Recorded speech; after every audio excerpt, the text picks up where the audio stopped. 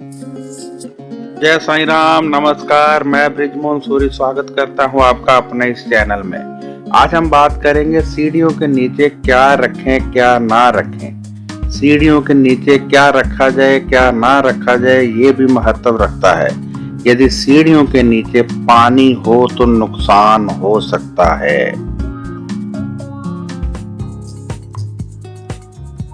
निवास की सीढ़ियां मुख्य द्वार के बिल्कुल सामने नहीं होनी चाहिए। यदि होती हैं तो निवास में रहने पर आर्थिक तंगी आ सकती है। यानी सीढ़ियों के बिल्कुल सामने मुख्य द्वार या द्वार के मुख्य के सामने सीढ़ियां ऐसे नहीं होना चाहिए। होती हैं तो नुकसान होगा, आर्थिक तंगी होगी, नेगेटिव पॉजिटिव वाइब्रेशन इकट्ठी हो जाएंगी। सीढ़ियों के नीचे बाथरूम, शौचालय, नल नहीं होना चाहिए। यानी किसी भी प्रकार से पानी का प्रबंध नहीं होना चाहिए। यदि ऐसा है तो उस निवास में रहने वालों पर रोग आ सकते हैं, क्योंकि नेगेटिव वाइब्रेशन पानी के जरिए निवास में रहने वालों के शरीर में प्रवेश करेगी और वह रोगी हो जाएंगे। सीढ़ियों के नीचे रसोई घर भी नहीं होना चाहिए। यदि रसोई घर सीढ़ियों के नीचे है तो तय है कि वहां रहने वालों पर आर्थिक तंगी आएगी। ये जरूरी है, पक्का है।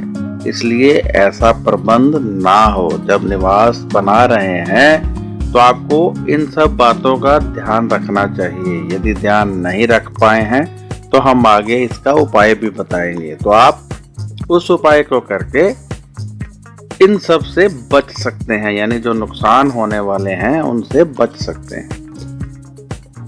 यदि सीढ़ियों के नीचे ये सब है तो उपाय के तौर पर क्या करें, ये जानना अति आवश्यक है कि अब नुकसान से कैसे बचा जाए। तो आइए जानते हैं कि कैसे बचें हम नुकसान से।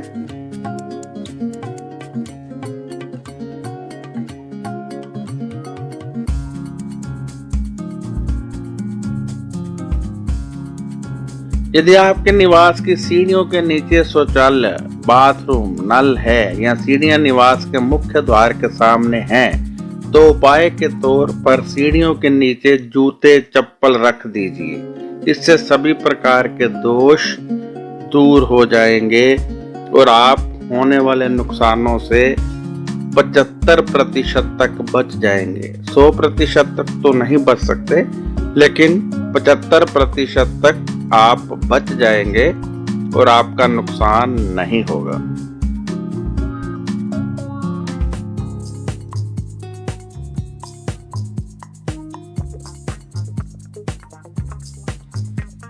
यदि सीढ़ियों के नीचे रसोई घर है तो उस पर किसी प्रकार की छत का प्रबंध कीजिए। यानी सीढ़ियों के बिल्कुल नीचे ना हो, कोई आर्टिफिशियल छत का इंतजाम कर दीजिए। इससे भी आप नुकसान से बच जाएंगे, ये दोष दूर हो जाएगा। यदि आपने इस चैनल को अभी तक सब्सक्राइब नहीं किया है तो कृपया कर दीजिए, क्योंकि आने वाले समय में हम बहुत सारी जानकारियां आपको देने वाले हैं। ज्योतिष से संबंधित, लाल किताब से संबंधित भी जानकारियां आपको दी जाएंगी। शिरडी के साईं बाबा से संबंधित जानकारियां दी जाएंगी।